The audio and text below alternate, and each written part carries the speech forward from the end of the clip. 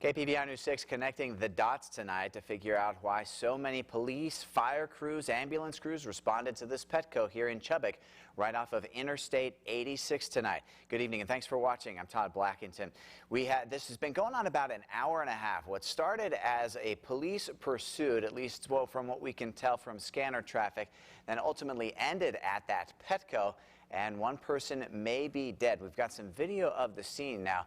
Chubbuck Police is handling this investigation, and when I last spoke with them, they said that they would not be releasing any official information for some time yet. So there's definitely still a lot of work to do before they offer up any official statements. We have had a lot of statements, though, into the newsroom on telephone, also via our KPVI Facebook page from people who were in the area and saw what happened. So, in trying to connect these eyewitness accounts with what our reporters have seen on this, were able to observe on the scene, we've been able to at least report to you that people say a man was in a pursuit with police that ultimately ended in the Petco parking lot with one gunshot. Our reporters on the scene did see something covered with a tarp at the entrance of the Petco store there. Presumably that would be a body. There was another woman who was nearby who was taken by an ambulance to the hospital for a possible heart condition that may be related to the stress surrounding everything that happened at the Petco tonight. So there's still a lot of information to sort through, but there were, as you may know from that area, plenty of people around the Petco there. It's where the mall is. It's where movie theaters are. There's a Walgreens right there. Denny's is across the street. There's a McDonald's, and then also Walmart. So it's definitely a busy place of Pocatello and Chubbuck. We had Sam, our intern, out there, and then also our sports director, Matt Gittens, headed out there and was able to talk to someone who was able to see from a vantage point across the street, Matt. So she was across the street in the parking lot at McDonald's when all of this started happening. So what did she tell you, Matt? Well, Todd, you're correct in saying that area very, very busy tonight. I wanted to dwell on that for just a second. When we got there just about 8:45, 9 o'clock, somewhere in there, lots of traffic, people eating at the Panda Express, people just coming out of the mall, as well as people trying to get to the movie theater. As you can see from this video, they're diverting traffic around and keeping that area right at Petco blocked off, and this is as close as we could get. They wouldn't allow us in any closer. As we talked to the police officers, they said things were still going on and they wouldn't have any information to be able to relay on to us. But as you said, there were some eyewitnesses that spoke to us. She didn't want to be on camera, but here's the voice of the woman who saw the whole event unfold from across the street at McDonald's. That pulled in right here and blocked the intersection, and then we saw another one like driving back on the side of Walgreens. Like we could tell they were like looking for somebody, like kind of trying to block off the area.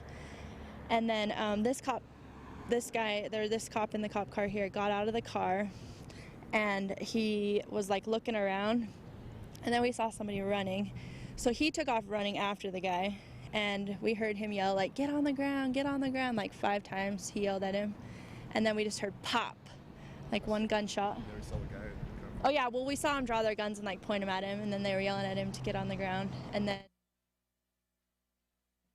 Once again, that video is because she didn't want to be on camera. So that is my camera pointed across the street as she talked. But as she says, she was sitting in the McDonald's parking lot as everything unfolded there in front of her. Once again, as we spoke to authorities, they had no information, said that we needed to stay back and that they wouldn't have anything until later. Quite a scene out there, though, Todd. You're very correct in saying that there's a lot of people looking to see what they can find, but no information other than what we were hearing from the witnesses. And we appreciate Jen's help. She was actually someone commenting on our Facebook page, and we kind of sent her to you so that we could hear what she had to say and kind of put at least somewhat of a voice. Now, there have been some reports that the person took his own life. Was Jen ever able to tell maybe where the pop came from, I guess?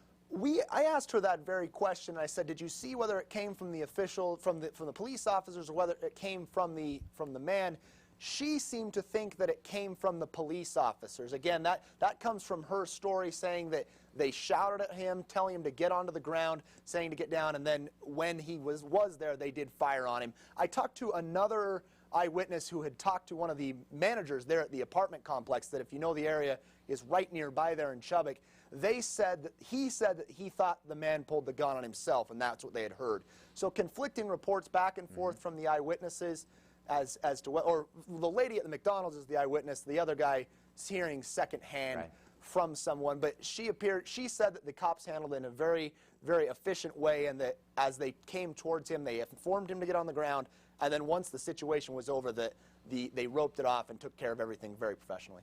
Okay, well, Matt Gittens, we appreciate your perspective on that, and you know, covering all kinds of stuff for us tonight. So, Matt, thank you very much. All right, so we want to recap a couple of things just really quickly with what happened tonight. This was all around 8:30, a little bit before 8:30. 8:15 is when a pursuit started on Jefferson and Pocatello.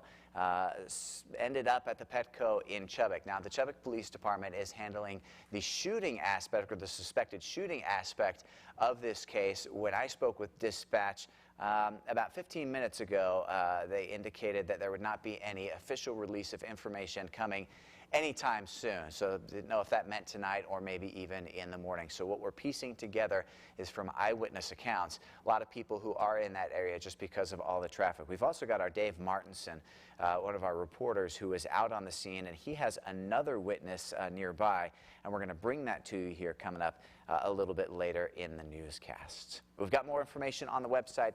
A lot of interesting discussion happening on our Facebook page as well. A lot of people following the news digitally as they saw the commotion with all of the ambulances and the police cars at Chubbuck tonight. So we'll get you more on this a little bit later in the show.